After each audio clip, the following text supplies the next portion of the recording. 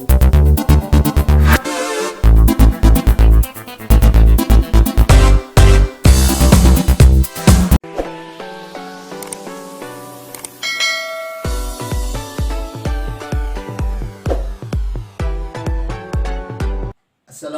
warahmatullahi wabarakatuh.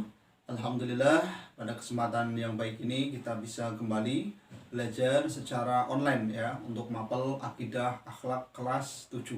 Semoga kalian semuanya senantiasa diberi kesehatan oleh Allah Subhanahu wa taala dan diberi semangat ya untuk senantiasa belajar menuntut ilmu agama. Mudah-mudahan dengan kita belajar pada kesempatan ini Allah akan membuka pintu ilmunya untuk kita semuanya. Amin. Baik anak-anakku semuanya, kali ini kita akan kembali belajar akidah akhlak untuk kelas 7. Materinya adalah taubat ya. Di bab yang ketiga ini kita akan membahas mengenai taubat. Oke, sudah siap belajar?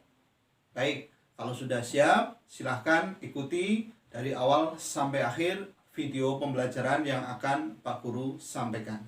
Selamat menyaksikan.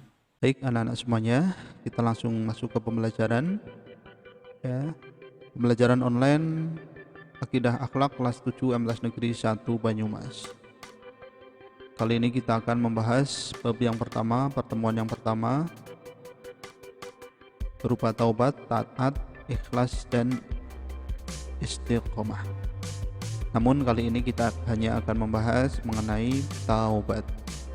Kita tahu bahwasanya taubat merupakan hal yang sangat penting dalam kehidupan kita, mengingat kita dalam menjalankan hidup tentu tidak luput dari yang namanya salah dan dosa. Makanya taubat itu akan menjadi sangat penting dalam kehidupan kita untuk memohon ampunan kepada Allah Subhanahu wa taala. Baik, kalian cermati peta konsep berikut ini. Silakan kalian baca dan kalian cermati peta konsep berikut ini.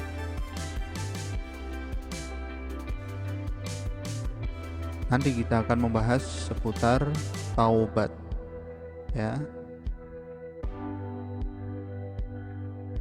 Oke. Ya, kita lanjutkan. Kalian amati gambar berikut ini. Ini adalah gambar perilaku manusia yang sedang bermunajat kepada Allah, tentunya disertai dengan pertaubatan, memohon ampunan atas segala dosa yang pernah dilakukan. Nah, perhatikan lagi, setiap manusia tentu ya pernah melakukan dosa, walaupun dosa itu sangat kecil ya, tapi di mata Allah dosa itu tetap ada selagi kita belum memohon ampun secara tulus dan ikhlas kepada Allah dengan taubatan yang nasuha, maka dosa-dosa kita akan tetap ada. Namun jika kita melakukan taubat dengan sungguh-sungguh, dengan ikhlas dan istiqomah dalam menjalankan ibadah, mudah-mudahan dosa kita akan diampuni oleh Allah. Baik, pengertian taubat.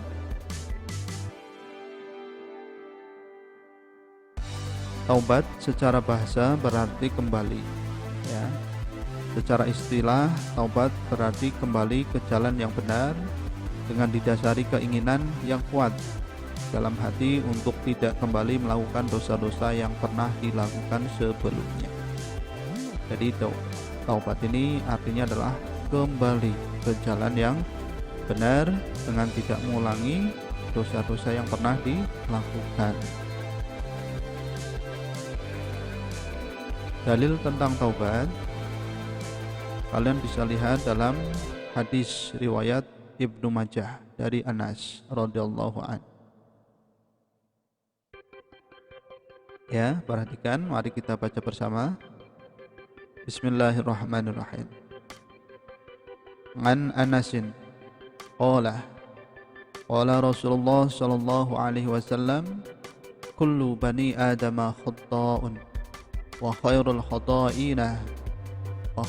khata'ina at-tawabun. Dari Anas, dia berkata, Rasulullah Shallallahu Alaihi Wasallam bersabda, semua Bani Adam pernah melakukan kesalahan, dan sebaik-baik orang yang salah adalah yang segera bertaubat. Hadis riwayat Ibnu Majah dari Anas. Ya, jadi setiap manusia punya kesalahan. Sebaik-baik orang yang punya kesalahan adalah mereka yang bertaubat. Jenis dan syarat taubat. Perhatikan, taubat menyangkut dosa terhadap Allah Subhanahu wa Ta'ala.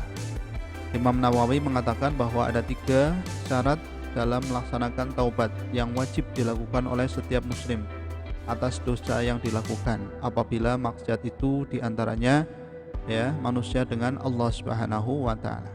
Apabila kita berdosa kepada Allah, ada 3 minimal syarat taubat. Yang pertama, meninggalkan perilaku dosa itu sendiri. Yang kedua, menyesali perbuatan maksiat yang telah dilakukan. Dan yang ketiga, berniat tidak melakukannya lagi selama-lamanya. Ya, ini 3 hal yang harus ada ketika kita bertaubat atas dosa kita kepada Allah Subhanahu wa Ta'ala.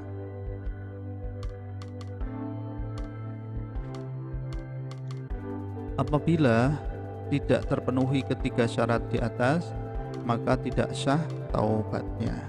Oke. Nah, kemudian taubat menyangkut dosa terhadap sesama manusia. Perhatikan. Nah, ini ya. Sedangkan jika dosa itu berhubungan dengan hak Adam atau hakul Adam atau sesama manusia, maka lebih lanjut Imam Nawawi menyebutkan ada 4 syaratnya. Yang pertama, meninggalkan perilaku dosa itu sendiri. Yang kedua, menyesali perbuatan maksiat yang telah dilakukan. Yang ketiga, berniat tidak melakukan lagi selamanya. Dan yang keempat adalah membebaskan diri dari hak manusia yang dizolimi dengan cara sebagai berikut. Yang pertama, apabila menyangkut harta dengan cara mengembalikan harta tersebut. Apabila menyangkut non-materi seperti pernah memfitnah, menggunjing dan riba, nanti dengan cara minta maaf. Oke. Baik. Kemudian dampak positif perilaku bertaubat. Apa sih? Nah, bagi pelaku sendiri, yang pertama adalah memperoleh semangat dan gairah hidup yang baru karena Allah berkenan menerima taubatnya, asalkan dengan sungguh-sungguh ya. Yang kedua, dapat memperoleh kembali jalan yang benar setelah menempuh jalan yang sesat. Oke. Yang ketiga, memperoleh simpati masyarakat kembali ya. Jadi insya Allah akan mendapatkan kepercayaan dari masyarakat kalau kita benar-benar bertaubat secara sungguh-sungguh. Selanjutnya, bagi orang lain, termasuk dengan keluarga, dampak positifnya adalah lambat laun dapat mengembalikan nama baik keluarga. Nah, kemudian yang kedua, hilangnya kecemasan keluarga dan masyarakat. Ya, tidak khawatir terjadi kejahatan yang dilakukan seperti sebelum bertaubat. Oke, ya, ini dampak positif dari perilaku taubat. Nah, perilaku membiasakan diri bertaubat. Bagaimana cara kita membiasakan diri dalam bertaubat? Yang pertama, tidak memandang remeh terhadap perbuatan dosa walaupun sekecil apapun ya. Berusaha menutup perbuatan dosanya dengan perbuatan yang baik sesuai kemampuan yang dimiliki. Kemudian merasa tidak senang apabila melihat orang lain berbuat dosa. Kemudian memperbanyak bergaul dengan orang-orang yang soleh dan bersikap hati-hati dalam bergaul. Oke ya. Jadi kebiasaan ini harus senantiasa kita lakukan agar kita senantiasa terhindar dari dosa insyaallah. Nah, kelima perbuatan di atas akan menuntun manusia serta menjadikan pribadi yang lebih baik dan menghindari perbuatan yang merugikan dan diri sendiri atau orang lain. Baik anak-anak, setelah kalian memperoleh materi dari Pak Guru, kini tiba saatnya silahkan kalian kerjakan latihan soal berikut ya. Yang pertama, jelaskan pengertian taubat, kemudian tulis hadis Rasulullah yang berkaitan dengan taubat, sebutkan 3 syarat taubat ya, kemudian sebutkan 2 dampak positif taubat, dan sebutkan 2 sikap membiasakan diri untuk bertaubat. Baik, demikian pembahasan kita pada kesempatan ini. Intinya, mari kita senantiasa bertobat, memohon kepada Allah atas segala dosa-dosa kita.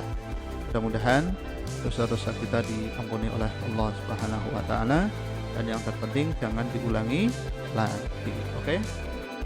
Terima kasih, pembahasan hari ini sudah selesai, mudah-mudahan bermanfaat. Kurang lebihnya minta maaf. Assalamualaikum warahmatullahi wabarakatuh.